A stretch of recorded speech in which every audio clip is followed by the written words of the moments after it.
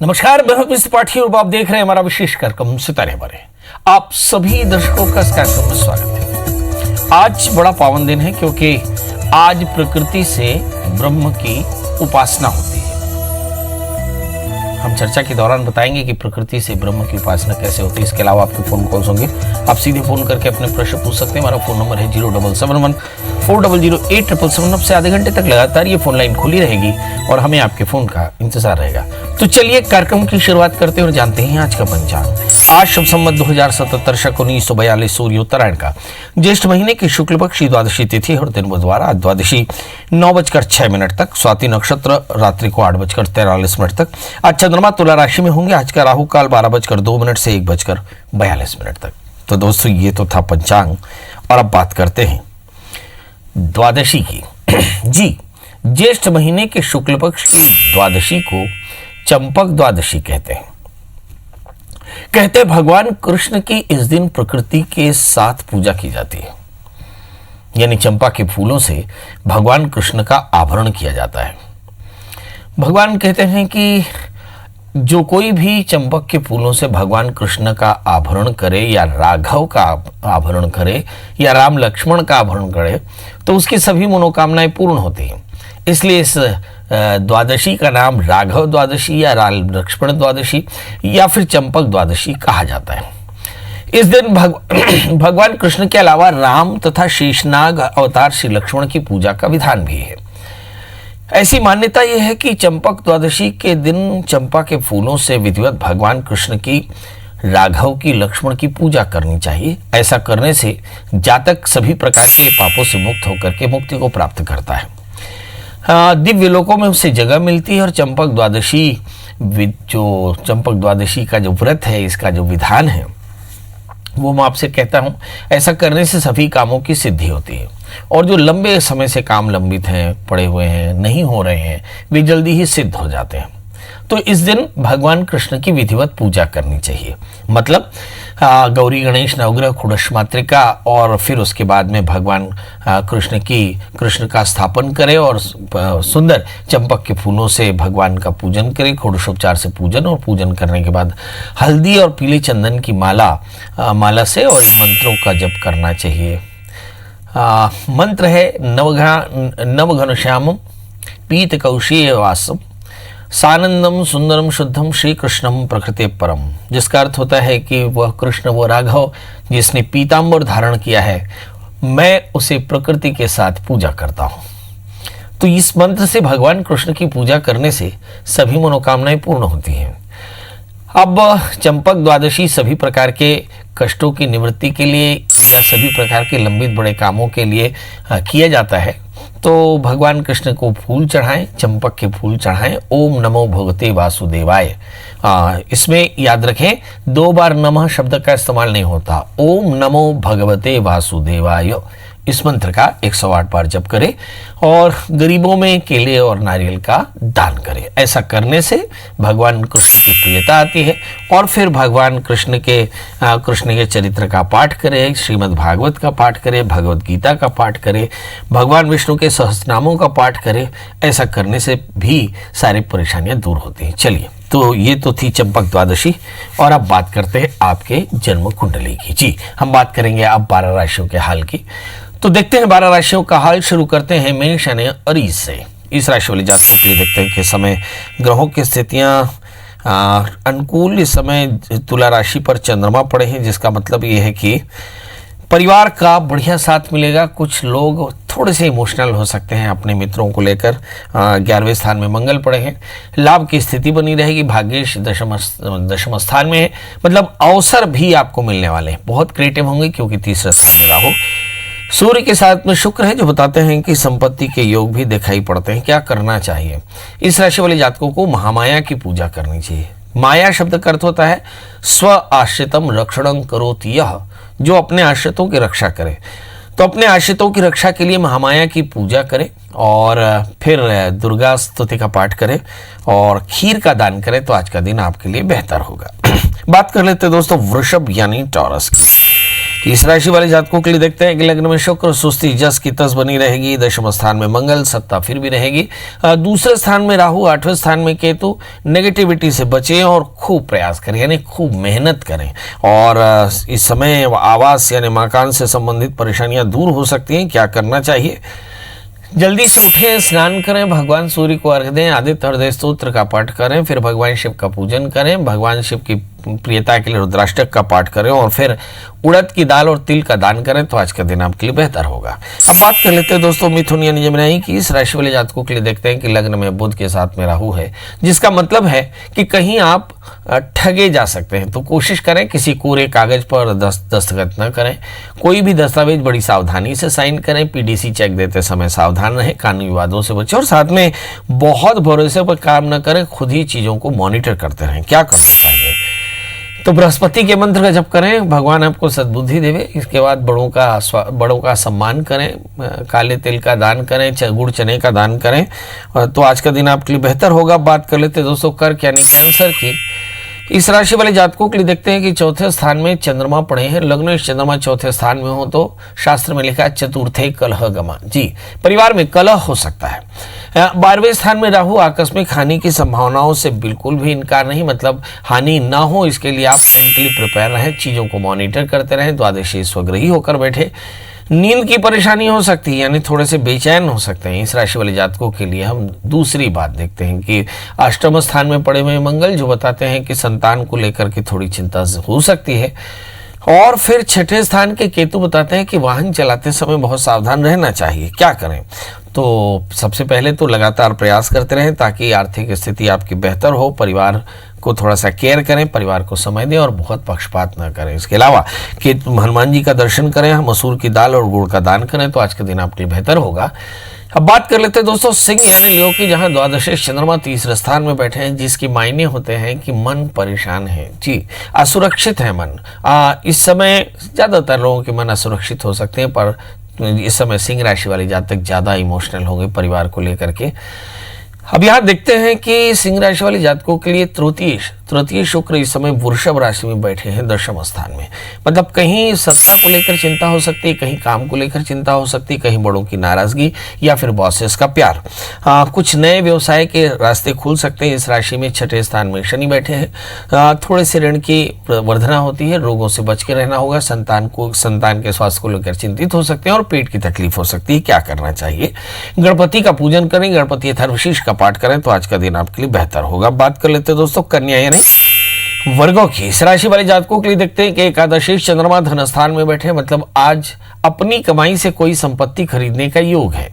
बहुत बढ़िया। इस राशि वाले जातकों के लिए दूसरी स्थिति देखते हैं कि दशम स्थान में पड़े हुए बुध के साथ में राहु जो बताते हैं कि यस, सत्ता तो ठीक है मगर सत्ता में भ्रम हो सकता है। मतलब आज आपके वर्क प्लेस में लोग कॉन्स्पिरेसी कर सकते हैं, शिकायत कर सकते हैं, र्यूमर्स उड़ा सकते हैं। चौथे स्थान में केतु, यात्राएं हो सकती हैं या वाहन के मेंटेनेंस की थोड़ी चिंता हो सकती है। इस राशि वाले जातकों के लिए हम शनि और गुरु को देखें तो पंचम स्थान में गुरु शनि बैठे हैं, जो संकेत करते हैं कि परिवार का साथ मिलेगा, संतान को लेकर के चिंताएं खत्म होंगी।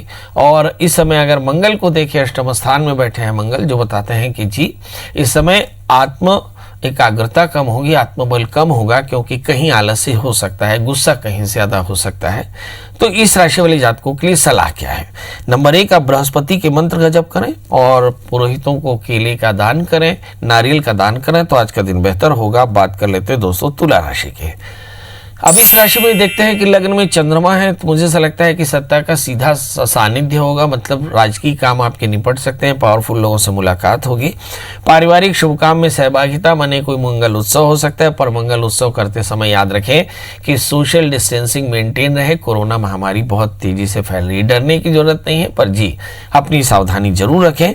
इस समय नौकरी में परिवर्तन के योग बन सकते हैं। क्या करना चाहिए? नंबर 1, आप राहु के मंत्र का जप करें, आदित्य हृदय स्तोत्र का पाठ करें, रुद्राभिषेक करें और साथ में दत्तात्रेय भगवान की पूजा करें तो आज का दिन आपके लिए बेहतर होगा। अब बारी है दोस्तों वृश्चिक यानी स्कॉर्पियो की। हम अपने दर्शकों को बता दें कि इस महीने में, मतलब आने वाले 30 दिनों के भीतर में कुछ बड़े ग्रहण पड़ने वाले हैं। उनमें जो एक ग्रहण होगा एग्जैक्टली जो अभी पड़ने वाला है बहुत करीब में, वो मेरा ख्याल है कि वो वृश्चिक राशि में ही पड़ने वाला है। ज्येष्ठा नक्षत्र के दूसरे चरण पर ये ग्रहण पड़ेगा और जिसके मायने होते हैं कि कहीं वृश्चिक राशि वाले जातकों के लिए थोड़ी सावधानी रखने की जरूरत होगी। यूं भी 8वें स्थान में राहु पड़े हैं और चंद्रमा इस समय 12वें स्थान में। राहु से आक्रांत है चंद्रमा, तो एक तो चिंता होगी और एक आकस्मिक विवादों की चिंता हो सकती है। विवाद बेवजह हो सकते हैं, नींद की परेशानी हो सकती है। इस राशि वाले जातकों के लिए देखते हैं कि जो भाग्येश चंद्रमा है वो 12वें स्थान में है, मतलब काम में अननेसेसरी बाधाएं आ सकती हैं। आलस के कारण काम में विलंब हो सकता है, मगर कुछ चीजें बहुत अच्छी भी हैं। एग्जैक्टली तीसरे स्थान में शनि, आपके स्वभाव में न्यायप्रियता होगी जिसके चलते आप काफी बच्चे रहेंगे। इस समय तीसरे स्थान में बृहस्पति पड़े हैं, नीचस्थ बृहस्पति है। थोड़े से कफ साइनस की प्रॉब्लम हो सकती है। क्या करना चाहिए? ओम नमः शिवाय इस मंत्र का जप करें, दूध चावल का दान करें तो आज का दिन बेहतर होगा। बात कर लेते हैं दोस्तों धनु राशि की। धनु राशि वाले जातकों को देखते हैं कि एग्जैक्टली अष्टमेश चंद्रमा 11वें स्थान में है, मतलब कुछ बड़ी परिवर्तन या छोटी यात्राएं हो सकती, पर यात्रा के बीच सावधान रहें कि अनावश्यक यात्रा ना करें, अनावश्यक लोगों से मिले नहीं। आज बुद्धि का कौशल यानी आपका फिजिकल मेंटल स्किल बहुत काम आएगा और एग्जैक्टली बहुत सारे विवाद आपके निपट सकते हैं यदि आप शांति से बैठे, शांति से काम करें, मतलब बैठ कर काम करें, क्रोधित बिल्कुल ना हो। और कुछ लोग अपने हायर एजुकेशन के लिए तैयारी करेंगे, कुछ लोग आकस्मिक विरोध और हानि की चिंता कर सकते हैं। कुल मिलाकर के आज का दिन बहुत बेहतर है। क्या करना चाहिए इस राशि वाले जातकों के लिए?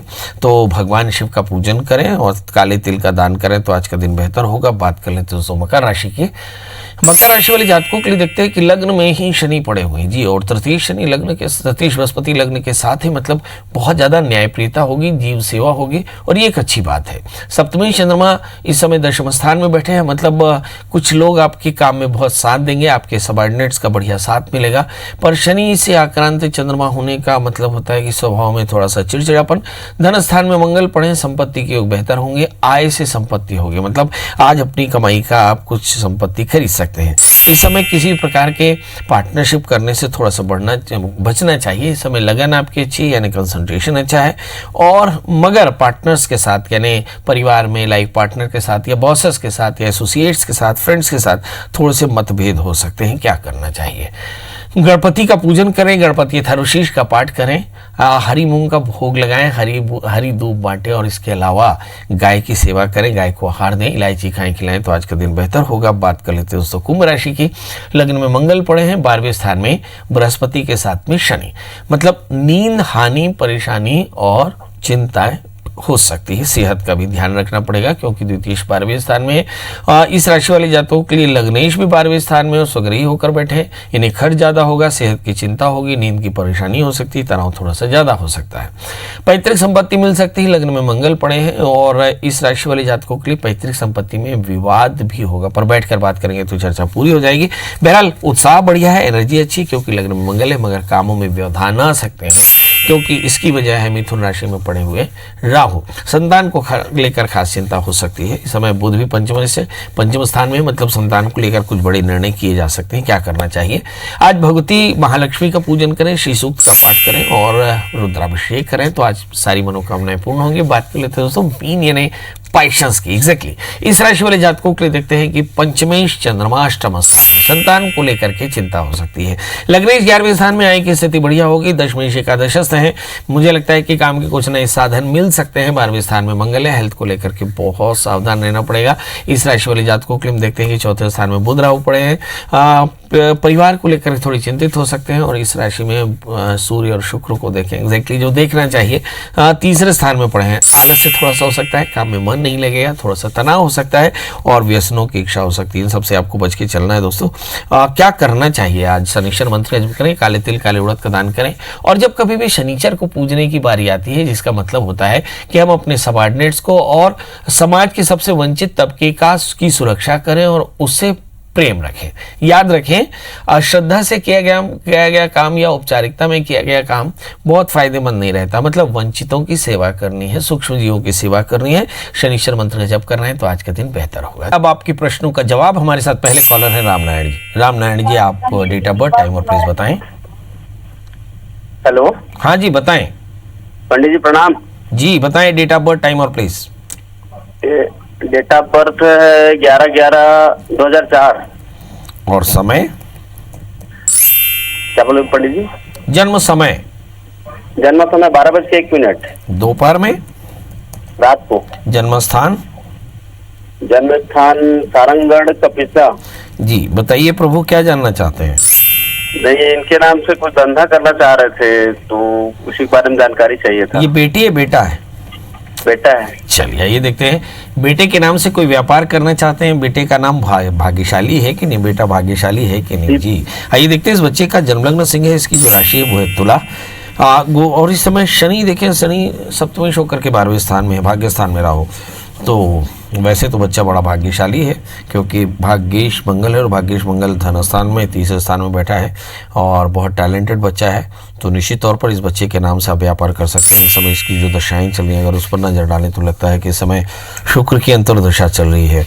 मतलब बीते 1 वर्षों से आपका काम बहुत अच्छा नहीं चल रहा है, मगर आने वाले 2 सालों में आपको लगातार प्रयास करना पड़ेगा, ज़्यादा प्रयास करना पड़ेगा। दुर्गा सप्तशती के 9 पाठ कराएं और कन्याओं की पूजा करें तो उस परेशानियां दूर होंगी। अब दूसरे कॉलर हमारे साथ जुड़ चुके हैं। जी दूसरे कॉलर हैं विनीत। विनीत जी आपका बहुत बहुत स्वागत है, बताइए क्या जानना चाहते हैं? जी गुरु जी प्रणाम। जी प्रणाम। जी मैं पापा के बारे में पूछना चाह रहा हूँ। 31/12/58 31 दिसंबर 1958। 58? हाँ 58। समय? शाम में 4 बजे, खंडवा। जी क्या जानना चाहते हैं प्रभु? सर अभी इनका 2 महीने पहले फिशर का ऑपरेशन हुआ और पीलिया वगैरह हो गया था अचानक से।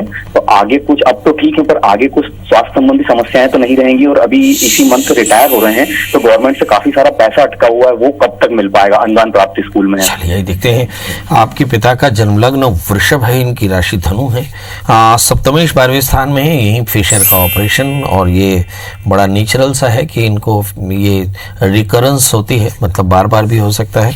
इस समय जो दशाएं चल रही हैं, हम देख रहे हैं कि लगातार 3 सालों से काफ़ी परेशान है। सितंबर के बाद में कहीं इनके सारे फंड्स वापस हो पाएंगे, मतलब सितंबर तक थोड़ा सा इंतजार करना पड़ेगा। क्या करना चाहिए? आपको भी दुर्गा सप्तशती के 9 पाठ कराने चाहिए, इससे इनके तनाव की निवृत्ति होगी। याद रखें, इन्हें व्यस्त रखने की कोशिश करनी चाहिए, थोड़ा अकेलापन, थोड़ी सी सुरक्षा ज़्यादा है। जी सुधीर जी आपका बहुत बहुत स्वागत है, बताइए क्या जानना चाहते हैं? प्रणाम गुरु जी। जी नमस्कार। मुझे मेरे पापा के बारे में पूछना था। जी डेट ऑफ बर्थ? 15 अगस्त 1943 43। और समय बता दें? समय सुबह 8 बजे। जन्म स्थान बता दें? खरगोन। क्या जानना चाहते हैं प्रभु? ये हम नया मकान बनाना चाहते हैं, तो ये कब तक बनेगा?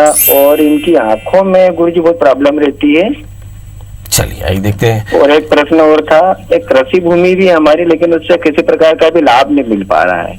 चलिए, कृषि भूमि है, लाभ नहीं मिल पा रहा है, आंखों में परेशानी है, और आगे कैसा रहेगा? आपके पिता का जन्मलग्न सिंह है, उनकी जो राशि वो है मकर। लग्न में बृहस्पति और शनि एक साथ बैठे हैं, आंखों में परेशानी। 12वें स्थान में सूर्य राहु से आक्रांत, इसलिए आंखों में परेशानी।